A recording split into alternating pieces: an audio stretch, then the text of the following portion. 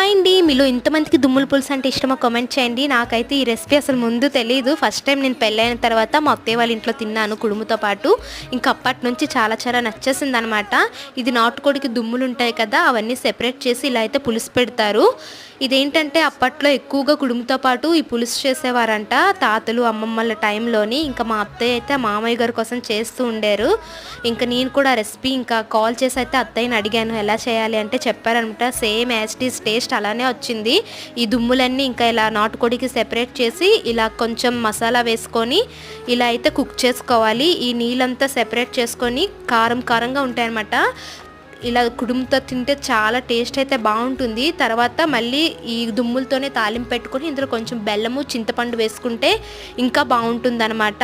ఇది హెల్త్కి కూడా చాలా మంచిది కుడుముతో తింటే. ఈ వీడియో కనుక మీకు నచ్చితే లైక్ చేయండి, షేర్ చేయండి, అలానే సబ్స్క్రైబ్ చేయండి. Bye bye.